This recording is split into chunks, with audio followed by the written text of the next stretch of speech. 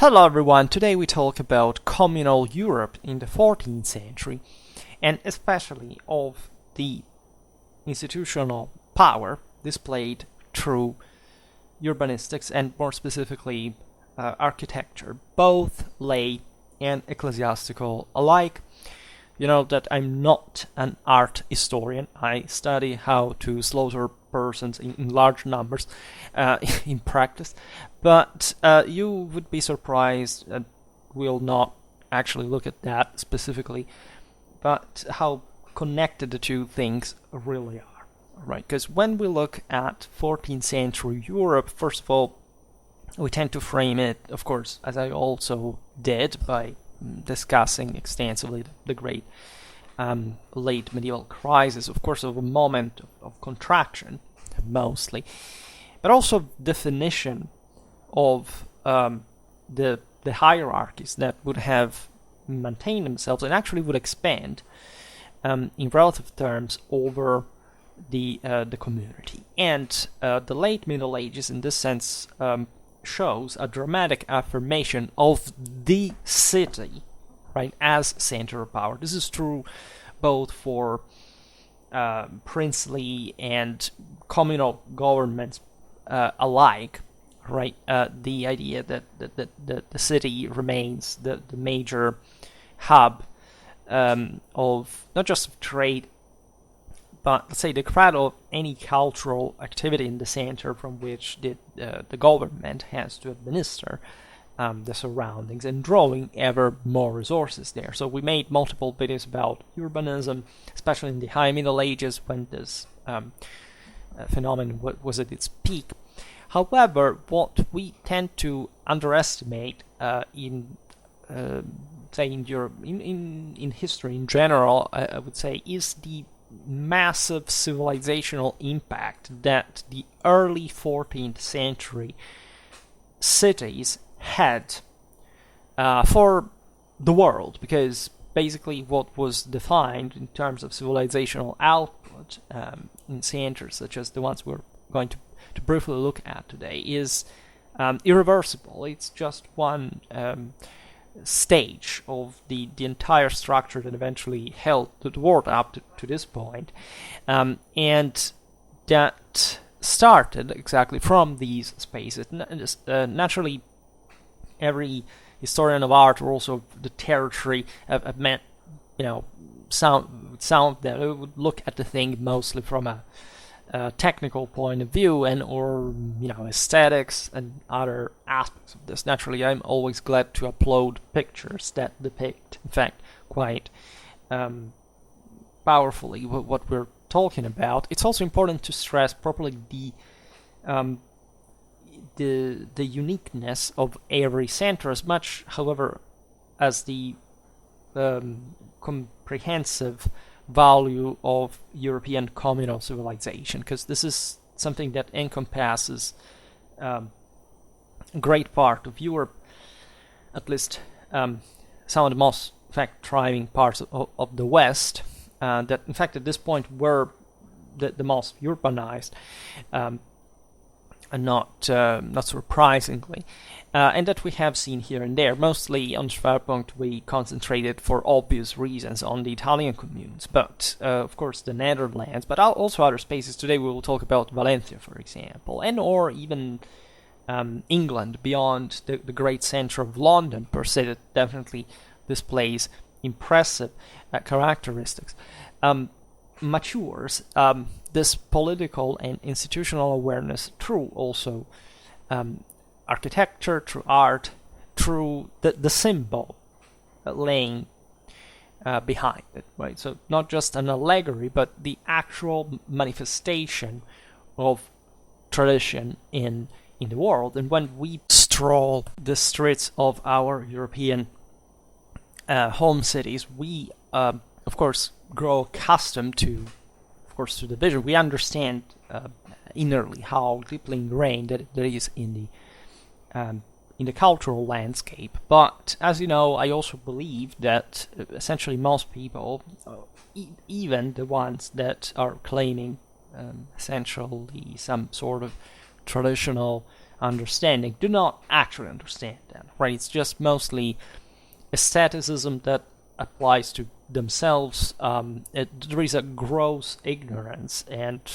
appalling level of schooling that makes you understand that properly the awareness of why those things exist, and they were built at the time by whom and what their role was, even just what did they embody politically, is very distant from the mind. It's not even just the spiritual religious stuff, because the most obvious thing you would think is that the cathedral, right? Today we will see it's not just that. There are lots of town halls that not just influenced or even procured certain cathedral architecture, especially in the late Middle Ages. Of course, as the new fashion, the new forms, the new styles, and so the new meanings, in part, but that there is properly a functionality of that structure to a world that doesn't quite exist anymore, banally, not just because it was the Middle Ages, but that it's not there equally represented, right? Because beyond the cathedral, what do you really have, right? Aside from the distractions of World War II, and all the ones, the fires, all the disasters you can imagine, but of course, even the cities evolved, right, in ways in which you cannot quite distinguish what kind of the medieval city actually was. We can see it in many big important cities that also remained somehow preserved in their historical centers, some of which are huge, that there literally was a city that does not exist anymore because the Renaissance built over it, or the modernity built over it, and it's quite difficult to even picture the role of these buildings through banally just the visual effect that were meant to produce. So these are all interesting topics that perhaps we will see on some other occasion. But it's not just visual per se, but in fact that's the limit we have nowadays, but it's the transcendental meaning, right, manifested properly by the power that immediately, again, to a medieval would have been just there, right, knowing why that building could be built by whom, those resources, and for which purposes, and what that equated to politically, militarily, and socially, right? And so we should be habituated to understand art also like this, so not just as a sort of free roaming place where everybody can express whatever they want, right? Because there is a quite inescapable hierarchy of values, of cultures, and of people at the end of the day that we cannot deny at any level, if not practically destroying mankind per se, and the only purpose why it exists in the first place. Now, as we were saying before, the 14th century really represents the heyday of the European communes per se, right? Because most of them are, of course, capable of resisting the crisis, as far as their role as political administrative centers were concerned. Of course, there are there should be a difference between cities and towns that I still find on many scientific papers fundamentally misunderstood or misrepresented. People call towns, cities, different things at a time. City comes from the Latin civitas, and it has a very hardcore, in fact, political, military, and social meaning, right? And it's something very different from town, which should be employed as a term, in my opinion, just to, in fact, express this kind of settlements that surely were provided with some kind of, often even some groups of villages with some kind of communal, municipal rights of some sort, but they weren't quite the city that identify, especially in the city-state per se, right? From the other extreme, you can basically call a city everything that was fundamentally acting as a unitary government within at least the city walls, and or had say of course an institution of reference that could enforce the law and acting independently with the other powers existing beyond the city gates, and hopefully also beyond them territorially, which is not always the case, as we know. So I will save this video also in the Medieval European Communes playlist, because that should be watched much more than what again most of it. So there should be a hierarchy of values there that I often realize for reasons of popular subculture that does not happen. In any case, when we look at the landscape of late medieval Europe, we are captivated, and just our attention is caught in the first place by the most evident building on the skyline, that is the cathedral. Just imagine what it meant at the time, coming from even tens of kilometers away. And the first thing you see, literally, is this huge structure that projects itself towards heaven, and that basically is just by itself, for this reason, towering over any other structure under. And in spite of this, when you look at the communes and you understand that how independent, wealthy, and ambitious they are, you can definitely realize that the cathedral, by a religious symbol that was, of course, to remain that, as it really embodied the community, was at least the monopoly of properly a lay power, right, that had surpassed the ecclesiastical one, also in what had historically been the monopoly of Gothic art, that, as you know, was born essentially in an ecclesiastical context, of course, of seigneurial power, backed and founded and funded and supported by the monarchies, most of it, not only. There were also other high noblemen who could afford such expense, and that, in fact, embodied a principle, as you know, of light. Gothic architecture is meant essentially to not just to project itself towards heaven, but to make the entire space and structure heaven itself. That's the reason why the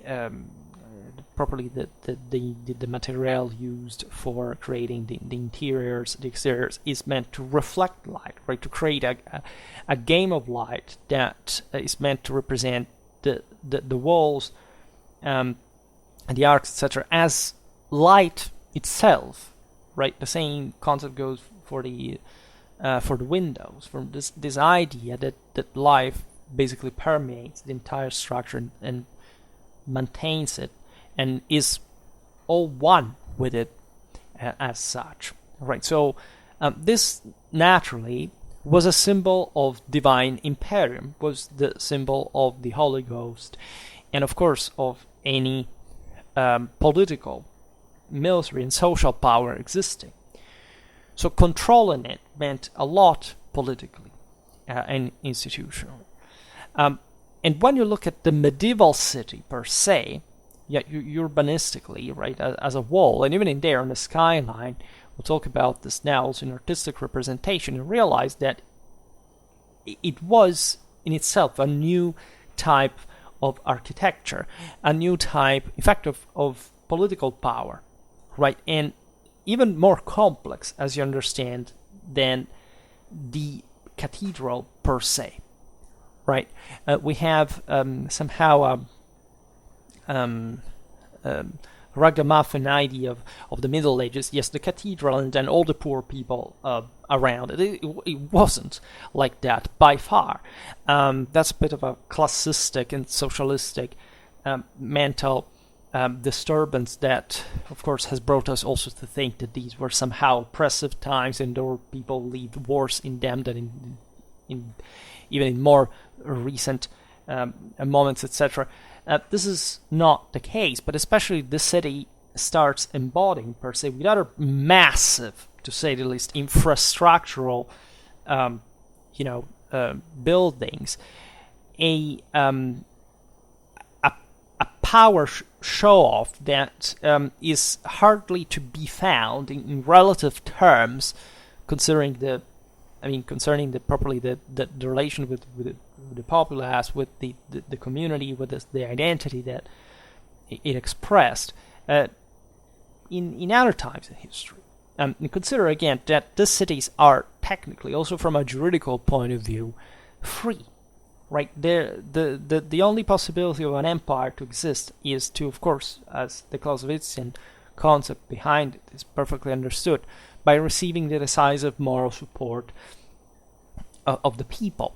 Right, so it's not an imposition. It's not it can take the form of an imposition, but in the moment in which somebody obeys, right, doesn't matter whether you have been imposed that or not. Basically, you are, if you're not taking your sword in your hand and deciding to fight to the death to defend your liberty, you have simply granted power to who is ruling you, and by a degree that's also how we build civilization, in fact, because it simply manifests itself in this way. Then we can discuss on how much this brings to people becoming weaker, and thus the broader fort increasing or decreasing in relative terms. But the medieval city, and especially again the city-states, and the ones that really, as we will see now, mobilized armies that were as large as one of kingdoms, the most powerful ones, as a matter of fact, in Europe, were that dramatic show of power. And this is, again, a perspective that I don't see represented anywhere. Right, from movies, video games, any kind of cultural reference, even again those kids that are obsessed with RPG games and like the various crafts, the technologistic aspect of this, they literally, of course, because it's a Marxistic, deterministic mental delusion for paranoid people, they don't even look at the massive scale, right, of comprehensive political, military pride and power and dramatic display of force accordingly of such centers. And that's why I mostly, in fact, talk about these topics in ways that I realize people are confused by, because they have literally never heard of that, and it all becomes somehow like, what are we even talking about? Yes, because you've practically never been told by anyone, because for most people the Middle Ages are some sort of knights roaming around, and all the rest of the people living in stinky huts or something like that, right? And always with a certain type of aestheticism that it's basically just specifically northwestern 15th century Europe, right? I would put it like that. And if you still live within that prison, just know that that has nothing to do, not even with 15th century northwestern Europe in the first place, as we'll see now, but properly with history, or any intellectual dignity, if we can term it this way. What examples could we picture immediately? Well, randomly, Corps Saint-Ciel, have you ever heard of this place? Or San Gimignano, or Nördlingen? Well, aside from certain touristic card or something, right? Pick like pictures of these places and look at what they actually are. Of course, they changed from how they were at the time, but conceptually, just realize that there are, pretty evident relics of these words intact, right? In Europe, in various regions, as you understand.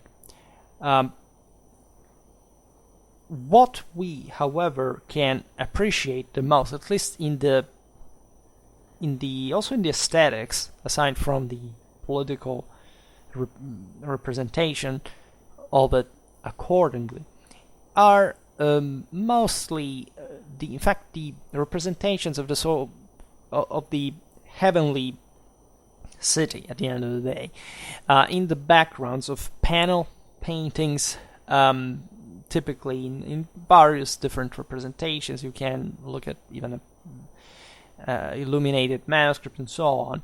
This close-packed house group, high steeples girt, held together by a ring of walls, right? Typically enough, and that we can't quite see so directly, or at least as it was, right? What we forget about the Middle Ages sometimes is panel, even just how, in fact, splendid, properly white and colorful next to it that this wall system really was, and how much that was the reflection, respectively, of the fact of the supreme power of God, and then of all the forms that reality had taken after the fall, and that essentially were competing amongst each other, highlighting part of their characters to essentially bet on them, but to eventually elevate themselves towards heaven, but still representing an organic body that was hierarchically conceived and working as such. There are many pictures of this kind. Today I didn't even upload so many of them. I stuck to the single pictures of architecture that you can still admire them nowadays. But you can definitely learn a lot, even just in comparison between these pictures and their medieval representation. Naturally, this is an ideogram, but it's fairly accurate and realistic, historically speaking. You would be surprised, in a sense, by even the homogeneity of these representations, because they really maintain that universal awareness of what really mattered in the political and social order that the city represented. Of course, they weren't just similar per se all over Europe, but they all represented, in fact, a universe on its own. This is also the prerogative of the city, that is truly, like every community had the sense, of course, but the city specifically is really another level of of community, and that emerged, in fact, from a background that was not that embodied properly the redemptional value that such political and military success represent. Right, it was a matter again of even scaring.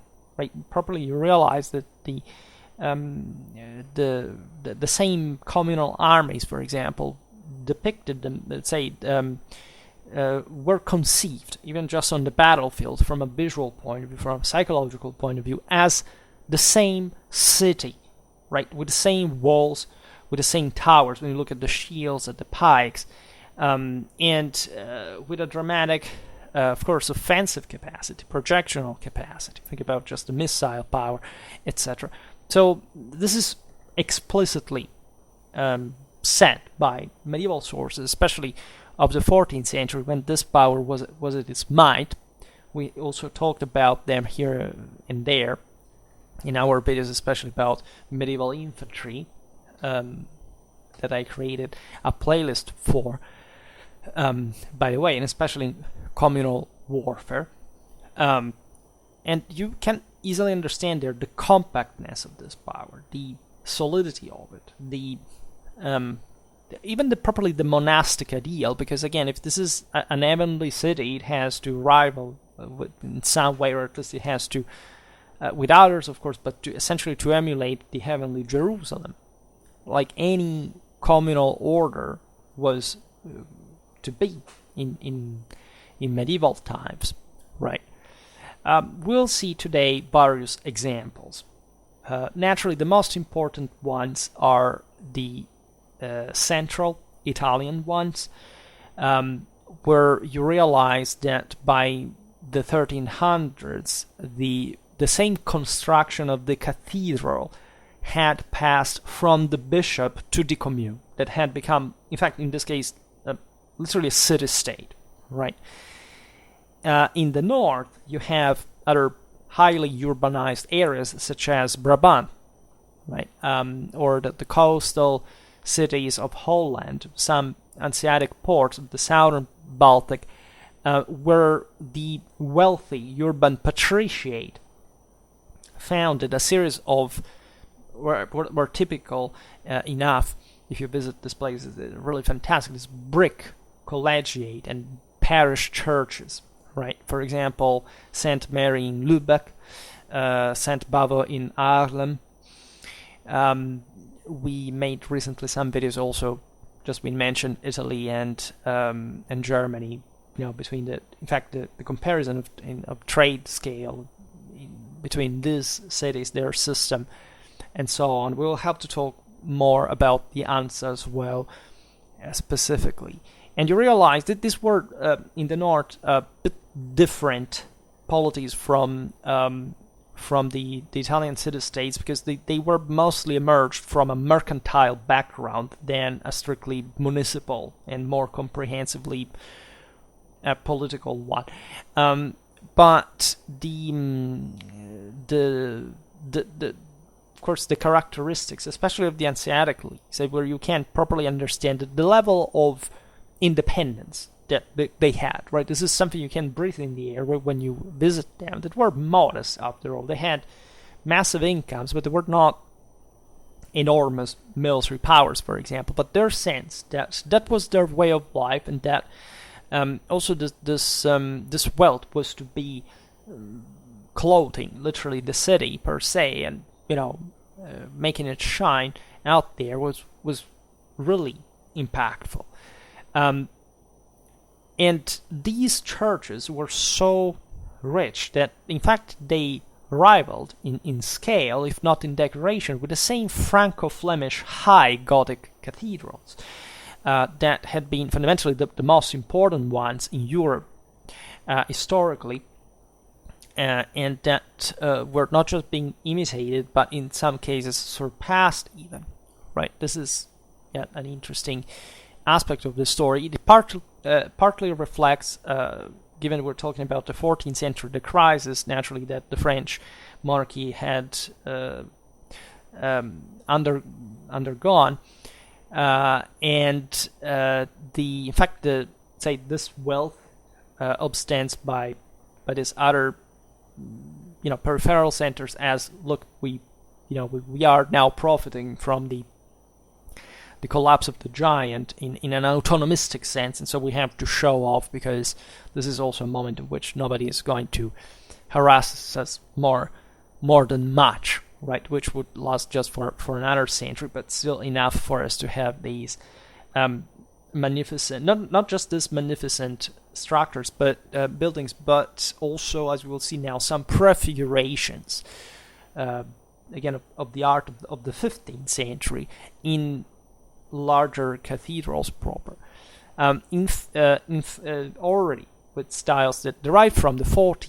That was, again, essentially in the early 14th century, you have the peak of medieval civilization by magnitudinal scale. Then you have something smaller. In fact, as you'll see now, also much of what was started in Europe during the 13th to 14th century in terms of these constructions that were meant to last with those rhythms of growth even for generations were interrupted to be completed, as you know, during the 18th or the 19th century, right? Because they stopped, having literally the resources for affording it, with a big contraction of Eurasia in late medieval times. It's obvious that the commune, as we were saying before, the commune's most visible symbol of holy and holy political identity was the steeple, per se. In southwestern Germany, if you look at the cities of the Swabian League, such as Reutlingen, Rottweil, Esslingen, Strasbourg, and Ulm, you appreciate in the colossal single needles properly the sense of the Reichsstadt. The Reichsstadt, that is properly the freedom of the imperial cities. So powers that as such, by right, had nobody between them and the emperor. Right, had a direct connection with the highest lay authority in Christendom. And the reason being, of course, that the powers such as the Rhenish League, the Swabian League, were quite autonomous and quite often, difficult to bring down by the same emperor that most at this point operated in an eastward context in Germany, if not beyond its boundaries at a point. And these needles are like huge. If you look, for example, at the Ulm Cathedral, well, it's unfinished, right? That's what we were just saying. But had it been, it would have been the tallest needle in the medieval world, right? And of course, they alluded also historically, artistically, to the old imperial westworks of Romanesque and pre-Romanesque Germany. We're talking about especially the 11th century Franconian architecture. There was the Dome of Speyer, other constructions that in fact were mostly in Western Germany at that point, because it was already at that point the most advanced part of the country. And the cities now found themselves kind of more freer, and obviously took inspiration from those buildings. Now, Florence, we will come back to it, but naturally embodies the peak in the sense of European civilization by magnitudinal standard as far as communal development is concerned. This is literally the richest city in the globe, right? And it will not be, in fact, even in Medicean times, as rich as it had been in the early 14th century, right? The difference is that the Medici became the richest Florentines and Europeans also to actually have ever lived, but at least in medieval times, but just because they had compacted the entire rule over Florence. But Florence in pre-crisis times was by far, with the sum of all the various houses, including which the Medici already existed back in the day, the richest and in absolute terms the richest city that had ever existed in medieval times. Now the consequences of this are radically impactful. First of all, Florence, as you know, properly starts building what you can call properly a modern statal profile, right? Properly the concept that a sovereign order had to put down the major obstacles to, in fact, compact politically the city is evidenced by even actually the demolition of the numerous private house towers of the local aristocracy. We made some video about the clashes between these clans, these factions, and this corresponds to the primo populo government, that is properly the new commune as it was founded constitutionally, which in this urbanistic reform paved the way to, famously enough, Giotta's Cathedral Campanile, began in 1334, and thus embodying the unity of the people, the sovereign power of the communal institution, and that it is in fact decorated with the arms of Florence and of the popolo, channeling practically in a single form the city of identification of towers with political power. So let's start with some example. the communal governments, as we've seen, take over an important amount, at least, of new types of constructions, right? Guild halls are particularly important, and they assumed some kind of new extravagance, exactly mirroring that sudden increase in also, as they were being co-opted by even higher feudal power, princely power, monarchic, etc. An institutional role. We've seen in other videos how during the 14th century, yes, there is a contraction economically, but paradoxically trade over a long distance actually increases even.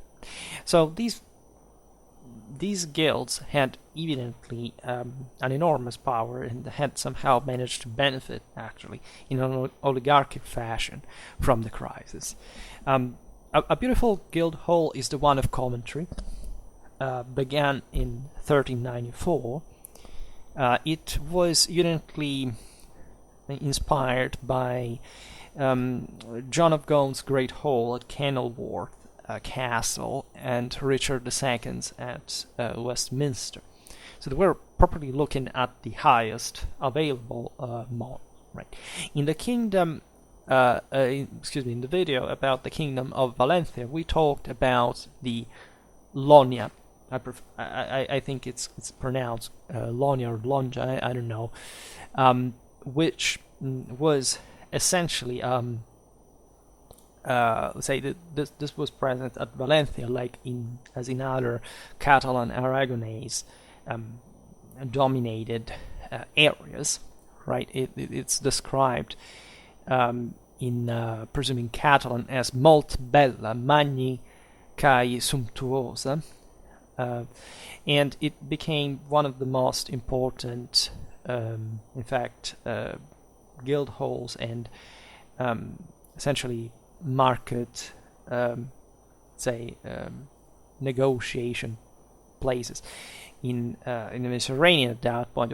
The most important one was the one of Barcelona, as far as the Crown of Aragon was concerned, but the Kingdom of Valencia had an important institutional role as well, consequently mirrored by the Lonia. There are the great Flemish cloth halls of Brugge and Jeppe. The first began around 1239, but completed only in 1482-86, and finished in 1304. The latter, I mean. So here we have cloth halls. You know, the Flemish towns were particularly rich because of their textile production, right? Importing the wool from England and then selling the products in the rest of Europe, mostly towards the south. And these Flemish structures are neatly organized. They, especially in the internal space, exactly according to trade and function, right? However, also from an aesthetical point of view, if you look at their facades, they are beautiful. I inserted the pictures here, and they had a magnificent monumental civic meaning by medieval standards. Above all, as we've seen, the town hall is the symbol of the city's sovereignty by an important degree, right? There are lots of the symbols. If you, even a relatively minor center such as Freiburg, if you visit it, you know, its town hall is quite meaningful. There is a display properly of public order, people being, you know, being lectured about the fact that they had to obey fundamentally the rules that the commune had given itself, and so on. So it was literally showing off the communal power. The cathedral was important, but it wasn't associated as much as with this guild, for example, even though they had participated in their building as well, in its building as well. The town hall is the actual main assembly point of the town life at that point. It assumed a new eminence in the urban hierarchy. It's not about anymore about princes investing here and there in different cities at the time. It's the town itself that basically gives itself, as we've seen in these Swabian examples before, a real international phase, if you want, because within the kingdom, within Christendom, and abroad, generally speaking, just because of its trade and international interest, in fact, in the highly urbanized Netherlands, the creative dependency of communal architecture on church decoration was to be reversed. That is to say, the cathedral buildings now were inspiring themselves to the town halls. This is the case for the aforementioned town hall facades at Brugge around between 1377 and 87, and the 15th century successor in Brussels, right? Especially in its flamboyant Gothic style details, and even in the wall steeple design, for example. There is definitely a new model that the Brabantine great church architecture in fact just in the following centuries would essentially be based on. In Italy, the greater monumentality of the town hall design left it even freer from the constraints of ecclesiastical decor. So in the north, you have the cathedral as representing feudal power, and so still being more important after all, so much the town halls modeled themselves on the cathedral to imitate essentially feudal power. The Italian city-states are just the Italian city-states. They're not really ruled by anyone, and thus they display directly, simply, straightforwardly what they essentially wanted to be, right? Florence is a magnificent example of this, and you can find parallelisms with her style, naturally, across Tuscany, with the huge town hall, the Palazzo Vecchio, which essentially is a military build, right? It combines the severity of a fortress, however, with still some quotations from church and castle architecture, like, for example, the tracery bifforia windows, the domestic building as well. There are passageways above the balcony. You can, in fact, walk through still today. And it has crenellated walls. It has this massive watchtower-like belfry, right? And it acts as such as properly deep, sturdy, powerful, kind of merciless picture of the city that at this point was essentially waging war to the scale again of a kingdom. Florence could be with two armies in two distinct operational theaters of the time. 30,000 men, as much as Milan, as much as the Kingdom of France. And the surrounding cities that were fundamentally entering her orbit, you can see, for example, the same town hall of Volterra, are also massively built. These had the face of the essentially of the aforementioned house towers that the Popolo had raised down, and that were substituted by this massive bulwark represented by the house tower of the people, fundamentally. And this is definitely impressive. We will describe also Florence later as far as other structures along this pattern are concerned. Definitely, the Republican cities of central Italy stand out for this dynamic, right? I made a video about the Italian Trecento as far as probably Tuscany, but also Naples, and as far as Avignon in Provence. are concerned, because this specific, let's say, architectural and engineering was really spreading throughout the French papal Angevin axis that was dominating most of Europe at the time, as a wealth bloc fundamentally. And within these courts and cities, all the various artists you can find, in fact, in working there are really Rome, right, spreading further capacities, techniques, and so on. And in fact, this is, again, easily the greatest accomplishment civilizationally in all medieval history, right? You don't have anything by quality and scale like this one in even later, even in the Renaissance, but say at least as far as just the medieval part is concerned, right? Much actually what we call as humanism, the Renaissance, is born at this very point. But it's the resources that are massive. Before the banking crisis, right, of the wealth system, and the further crack with the Black Death and so on, as we were saying before, for Florence, the sheer amount of resources available here, we've seen it even in the videos about the government and administration, able to create effectively modern bureaucracy, right? It wasn't born in 18th century France, or at least it was born across France and Italy exactly at this point. And it was unprecedented, right? And so everything, this is manifested also from a military point of view, from a juridical point of view.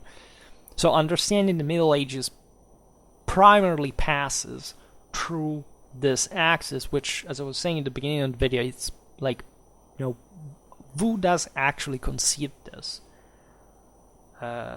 today? Properly, there is a lack of culture. But very often the same Italian Trecento is dealt with just in art, like saying, okay, look at what these city-states did with cathedrals and other sculpture and painting, but do you realize what actually was, again, by scale, the political, military, and social situation there? Because otherwise, nobody quite understands the thing. That's why also the difference between city and town is quite important, between probably the concept of state and a more feudal reality is fundamental to understand.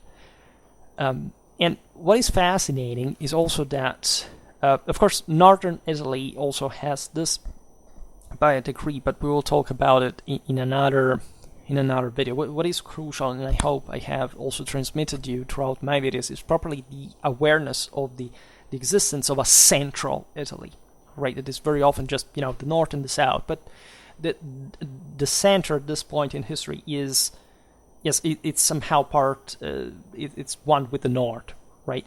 In terms of, for example, of communal development, of urbanization, they are what still today fundamentally Italy is like in terms of GDP, per capita wealth, and so on, some of the most advanced areas in Europe.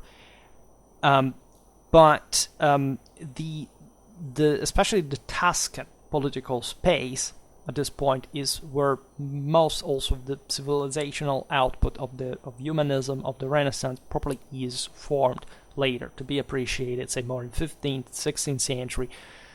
But that had its origins in this hardcore medieval reality. And what were the inspiring forms of this? In fact, were the Roman ones, right? There are lots of works from this time that documented extensively, and the idea is that behind this art, there is, behind building, in this case, there was another branch of government, right? The town halls somehow are very beautifully also frescoed with the symbols, the allegories of good government, bad government, public officials, all this stuff, and properly manifesting publicly a sense of order which translated the urbs, so the city buildings, properly as the city as an infrastructure, into what was known at that point in the West as the Aristotelian and also the more traditional Ciceronian ideal of civitas. So the civic, political, moral, spiritual community, right? And remember that here the concept of civis in Latin is crucial to the reading of the entire traditional culture, because the Italian city-states were born, or arguably they had always remained since Roman times, properly free juridically. It meant that their customs, their laws, their institutional role had always provided the citizens with liberty, with the right of bearing arms, and consequently with the imperium. Right? Always remember that in the Romano-Germanic tradition, the idea is that if you are free because you can bear arms, it's because you are provided by a degree of nobility, of sacrality. That's all one with the cingulum militaris. This was unknown in other parts of Europe. Right? People were free by a degree, but they hadn't had the same level of for example, military capacity, nor they had the possibility, like in these examples, to expand beyond even just the city gates, right? What you see even in the aforementioned German examples is essentially towns provide themselves with a very solid cohesion and organization. Also, the Italians were appreciative, telling the truth. If you read Machiavelli, famously enough, he thinks highly of the organization of the German towns, also from a military point of view in terms of order, probably also of organization and public space, which is interesting. But these towns were historically just eventually surrounded by princely powers. Right, they hadn't grown. They could associate as the aforementioned Rhenish and Swabian leagues, and they could even, of course, make themselves felt on the battlefield. But as far as the actual surroundings of the towns were concerned, it was somebody else's. It was either the bishops, the prince, and it was it.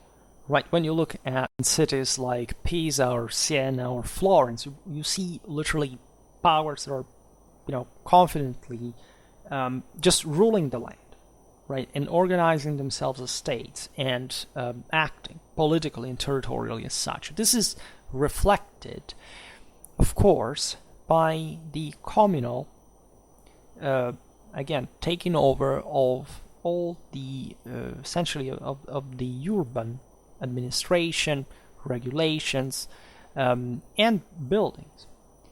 In fact, the Tuscan communes, especially, provided the urban space with fountains, loggias, street paving. That's another very important thing.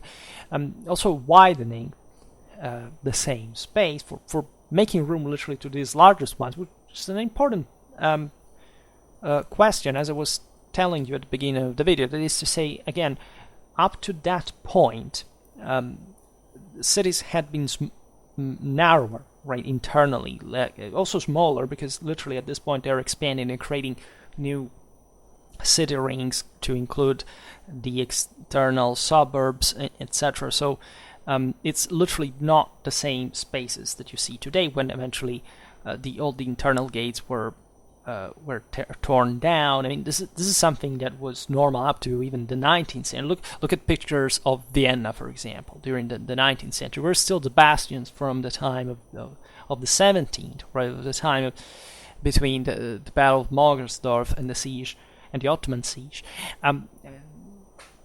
That was Vienna as we knew it, for example, during the peak of Habsburgic power, etc. And what's that space? The same goes for Rome. I mean, Rome today is it has the largest historical center in the world.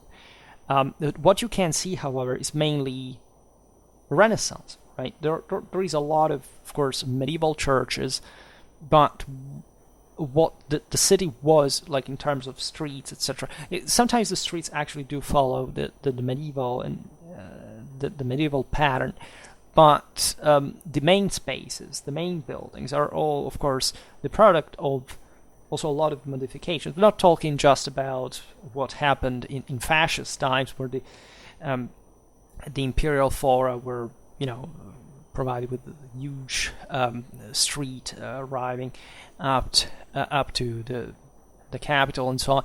We're talking here probably what happened during the Renaissance, during the time when, in fact, even the ancient buildings were being despoiled of the marbles, for example. There are some churches in Rome that, if you really want to see how the Colosseum looked like, you have to look at their facade, because we know that's literally the same travertine marble taken from the Colosseum and used to make the church facade.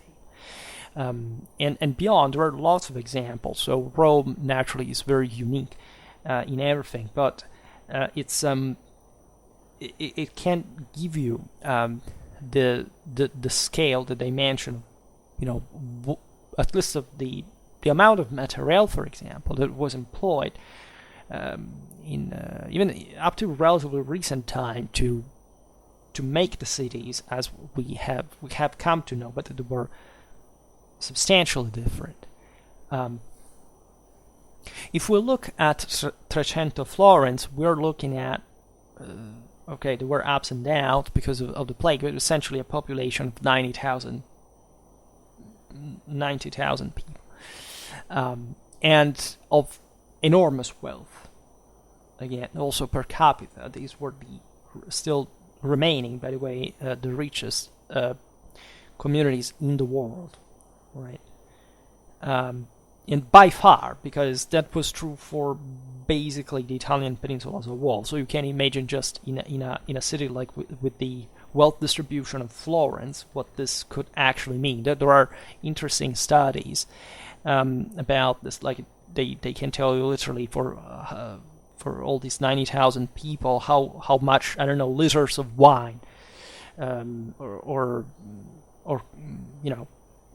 precious fabric could be disposed of, right? And so it's fascinating. The word, of course, important divides, but the scale again of money invested in this enterprise was utterly insane, just to say the least. And again, it was actually pretty rational, telling the truth, because the important was to attract people there. So if the largest the structure, you wanted to build walls, cathedrals, whatever, and for the longer time you would have had people working there. You had the money at the time.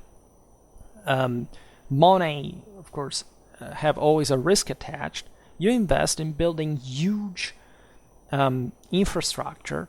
That's what basically all civilizations do, for us to eventually just appreciate the fact that we have those vestiges as opposed to other areas that were populated all along but that didn't, so that you would have within the city that wealth, right? This is typical, just if we're talking about cathedrals, of just the ecclesiastical policy with the monastic foundations of the great noble houses of Europe and so on. Well, why are those money? Because of course they were an investment.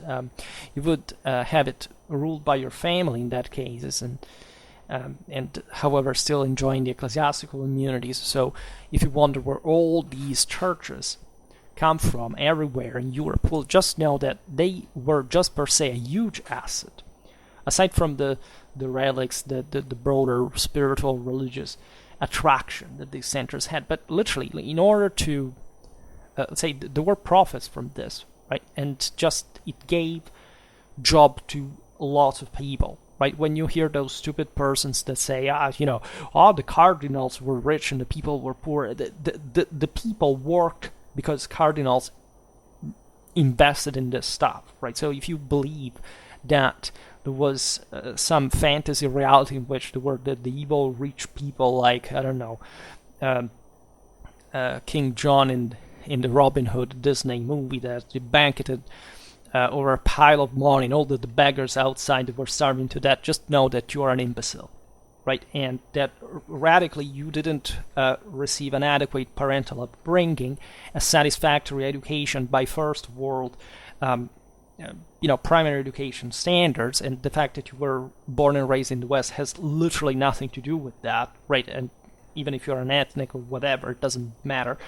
And that history is a serious thing, is an intelligent thing. It's not for lesser people. It's for people who understand what the reality was at the time, and that realize what the power and the necessary hierarchical order of civilization actually means. And it's not something about which a person can have an opinion on. Because being so means to, again, fall in the hierarchy, and that's the reason why we have so many people who actually believe this garbage nowadays. And it's, again, a social disease that should be epurated, even with pretty drastic ways. And I'm not claiming here anything in particular, but it's pretty obvious that we've come to a point in which we try to give equality of opportunity to people, but if they can't exploit that, we can't even pretend that the balance will remain the same. We're evidently witnessing the coming back to serfdom of the majority of the population, and I don't know at this point how negative in relative terms it really is, considering the actual merit of individual people. Just to make an example about Florence, by the way, the years between 1284 and 1299 saw the layout of an 8.5 kilometers long circuit of walls. Right?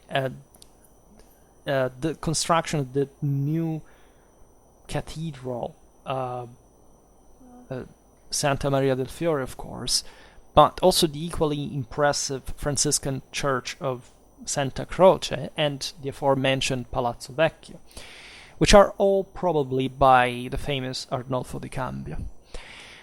All at once, right? Just normally, even the average, again, city in Europe didn't have, of course, the resources of affording anything of this scale, and all at once, right? It's just even more than triple the average you can find. But again, they were founded by the commune, so it means that consider the commune is literally the people who govern, right? It's the guilds in the case of Florence, because that's what the popolo actually was.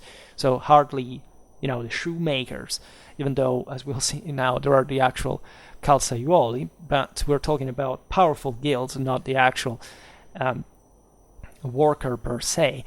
And thus the people who literally controlled the city, the people who armed the communal forces, the people who, again, engaged this impressive international relations as far as politics, banking,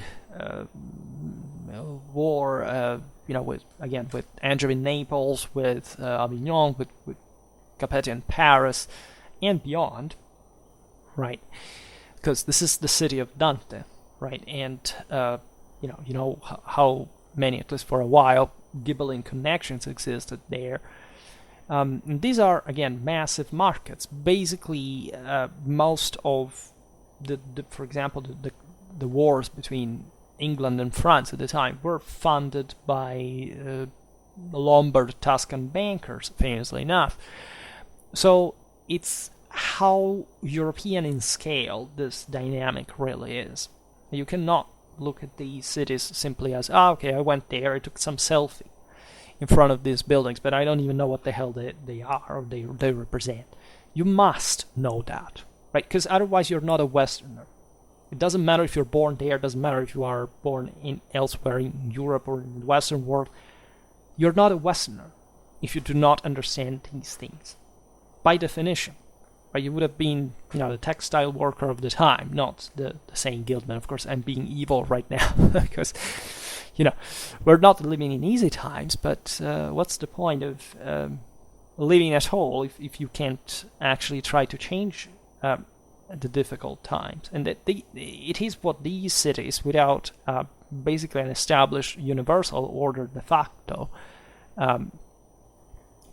made up for it, right? So organizing it as well. I made a video about the crisis of universal power exactly in the 14th century, so this partially overlaps, because definitely what you see here is the gap that was being filled by these powers, right? some which underwent some crisis as well. For example, in that aforementioned video about the video comparison about the German and the Italian trade, at this point we've seen the crisis that affects especially southern Tuscany during the second half of the 14th century. So the crisis really strikes hard, right? And the political compaction that also territorially resulted from this is, of course, bit of a feature, in fact, of the of late medieval.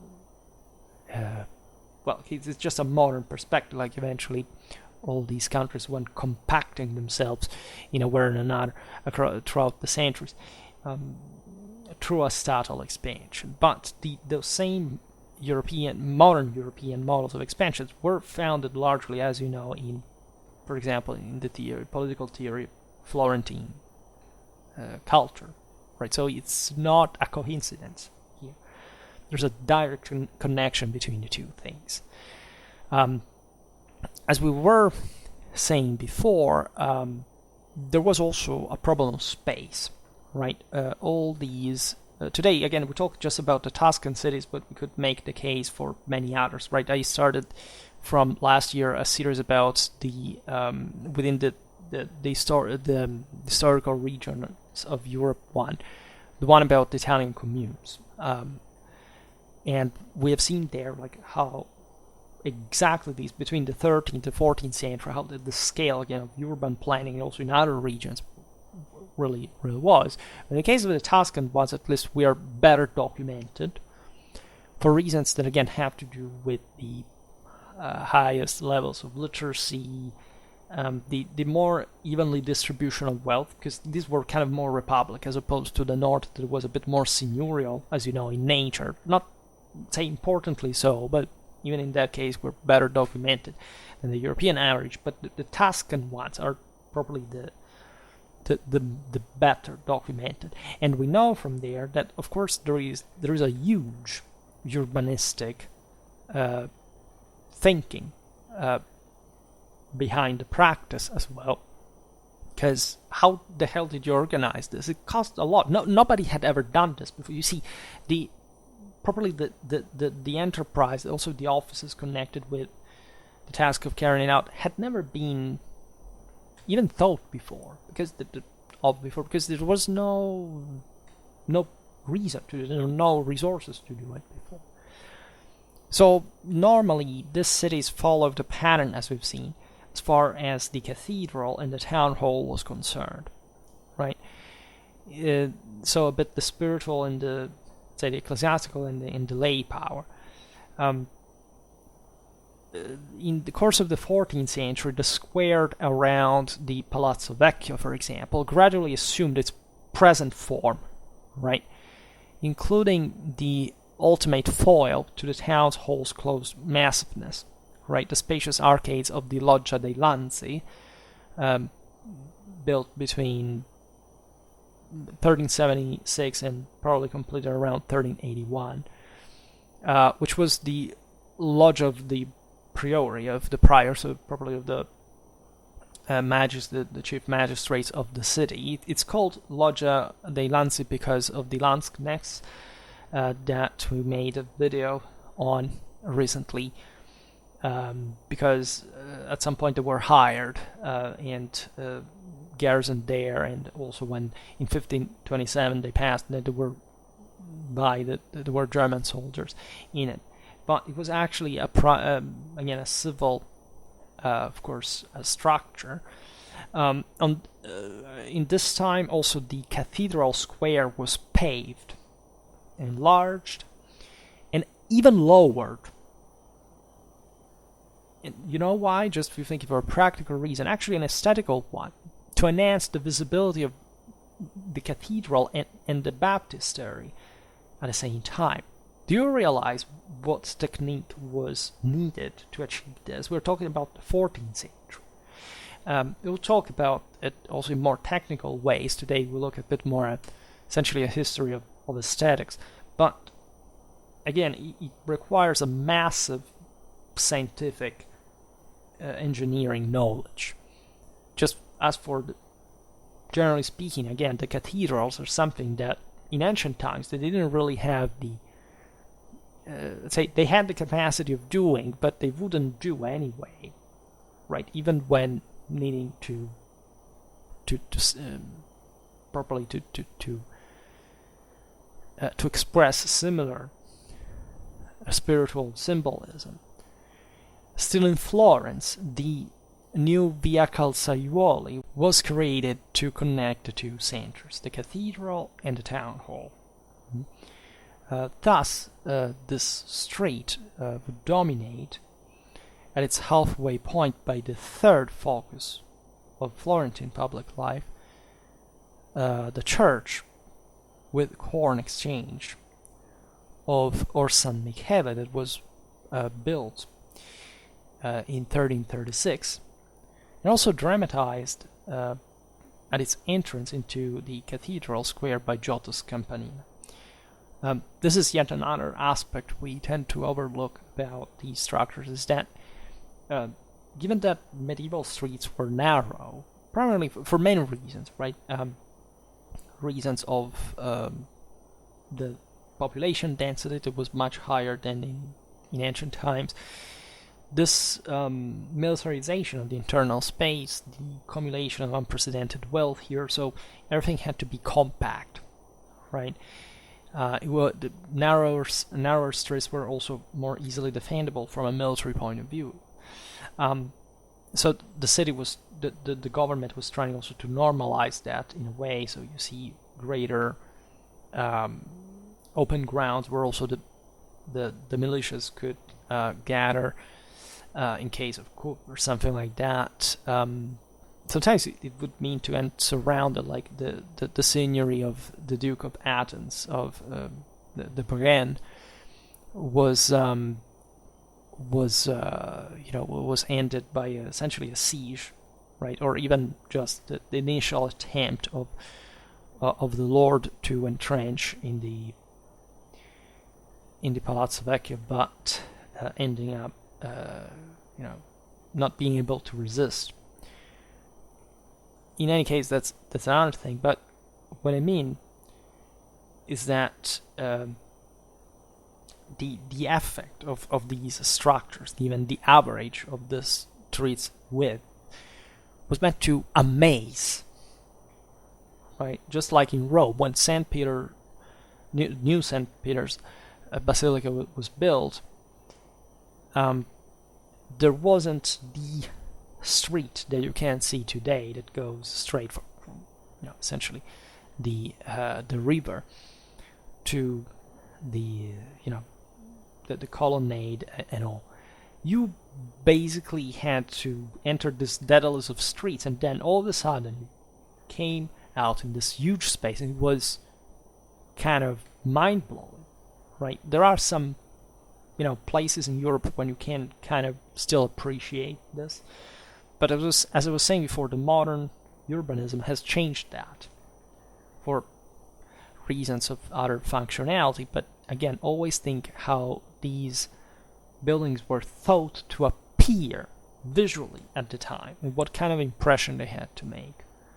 Honestly, in these Tuscan centers, you often see something like that. If you come from some streets, for example, of the Cathedral of Florence, you can actually appreciate this huge thing that eventually causes Stendhal syndrome.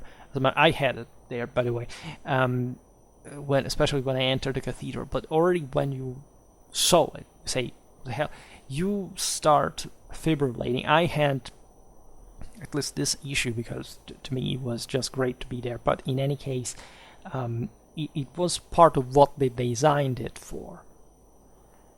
Because it was meant to be a spiritual thing. In everything, that's first of all a religious symbol, which is sacred, right? So it's not like what it turned to be like a museum today where people are there, laugh, talk, and whatever, like in church in general, everywhere you go, which is disgusting. But it's a matter of properly understanding the meaning behind that. It's not just what does a person born and raised, let's say, after the 2000s just it's an approximation. This is valid also for people born 100 years ago, but actually understand about the original meaning of these buildings. I mean, seriously, they just see it there and they just say, oh wow, yeah, it's kind of cool. Let's go take a gelato. And that's how it ends. That's, again, just a symptom of how we have gotten to a pretty sad point of the history of civilization. And this is the decorum, if you want, right? The idea that the civic architecture is as generous as theatrical is part of the publicum decus, right? It should be a mirror of the good government, and this is what the people who built the structures believed in deeply, right? They had to display the sacral perfection of their own power, right? Nowadays, there are some equivalents here and there. You can't really say that we're devoid of that completely, but the theory around it, of course, is lacking, because it's probably the spirit around it that is lacking. So you can't get hyped even just looking at the silhouette of an F-35, how I do, but the question is that you have to understand that that's a manifestation of the divine imperium, which actually picturing it that way is much better than just the same, say, the raw technical data just per se. It makes you understand what it takes to handle such power, which is sadly what, again, we rule the world like dysfunctionally because we have lost the realization of. So I think that this 14th century art, as again the peak of medieval civilization, is one of the best examples, definitely, of how this was possible. Because the Middle Ages is precious. It's not. This is before properly also the crisis again of the universal order, per se. So it's a great example because we see already a modern thought of some sort in historiography, but still the traditional meaning imbued. And the peaks of civilizations, in fact, are always the ones in which tradition and modernity are the most functionally intertwined, right? So it can offer perspective from, let's say, times that are, again, close enough. Also, it's not just chronological, it's cultural, right? The first truly modern works were being written in early 14th century Florence, right? So you can't read those sources and say, okay, this person thinks like me, basically. It's like when you read Polybius. There's nothing you can do about that. It's just how it is. But the entire meaning of this all is still traditional. So it's an excellent way to highlight the contrast and thus unveiling the meaning that is behind that. It's not that easy. Of course, it takes some kind of work, which is not easy to even just be told how to perform, but it's there, and the cathedrals are still there, and you can appreciate them as much as the town halls and other structures that we will also see elsewhere in another video, because we'll talk about the city walls, we'll talk about other churches or palaces and so on. So those are important as well. Today, however, I stop it here. I just hope that you enjoyed this video. If you did, please share it. Otherwise, leave a like or subscribe to my channel if you're interested in my upcoming content. As always, I thank you heartily for listening to me. I wish you a nice time and see you next time.